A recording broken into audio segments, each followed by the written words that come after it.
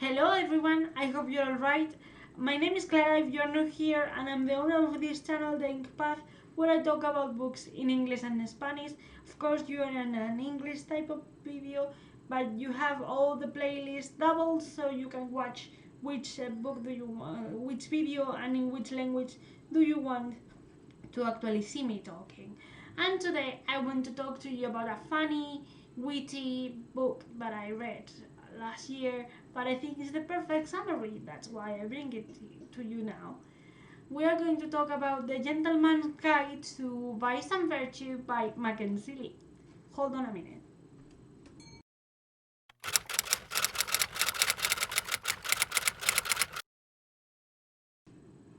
Well, we are going to talk about the book called The Gentleman's Guide to the Vice and Virtue by Mackenzi Lee, which is very famous, but I haven't read until last year, and I think I need right now to sit down and chat about a book that is very entertaining, very kind of, funny and witty, and the perfect summer read, in fact.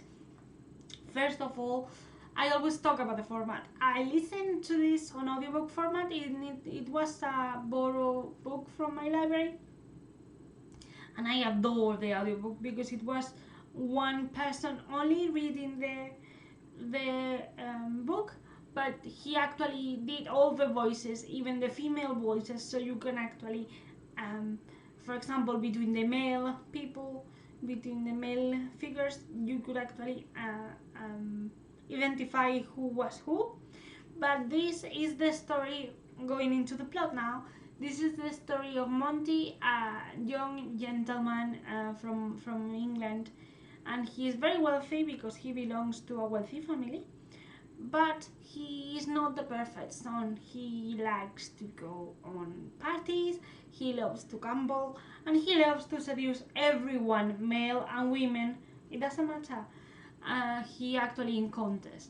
So he has a very big role with his father at the beginning of the story, and the father decides that he allows him to go on a trip to Europe, like for the whole summer, and then when the summer ends he has to go back to England and be the perfect son and take care of the family estate.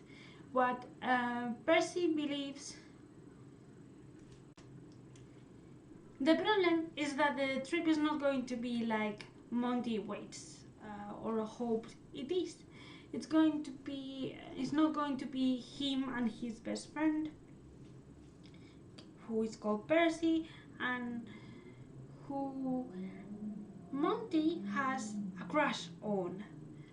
The trip is going to be Monty, Percy, and Monty's little sister Felicity, as well as a tutor who will be watching what they are doing.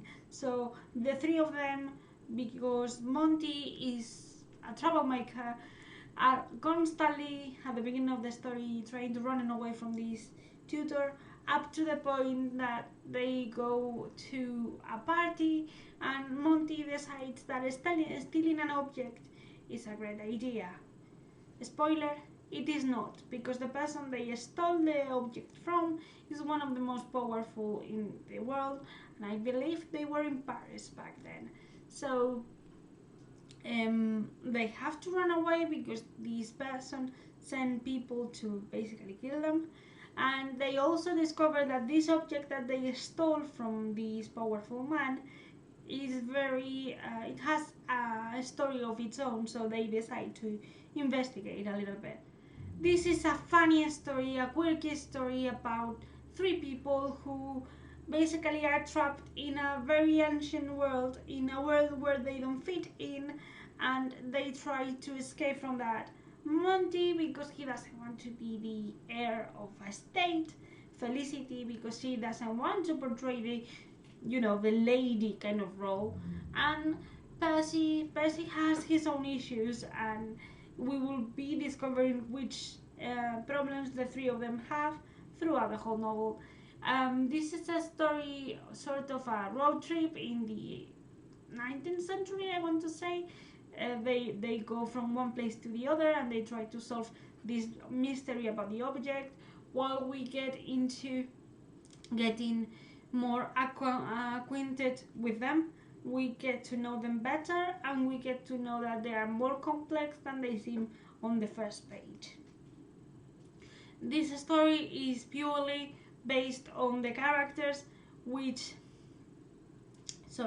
who are very complex, as I said. And even though Monty is the one that ignites all the issues because he basically gets into a lot of trouble, he's very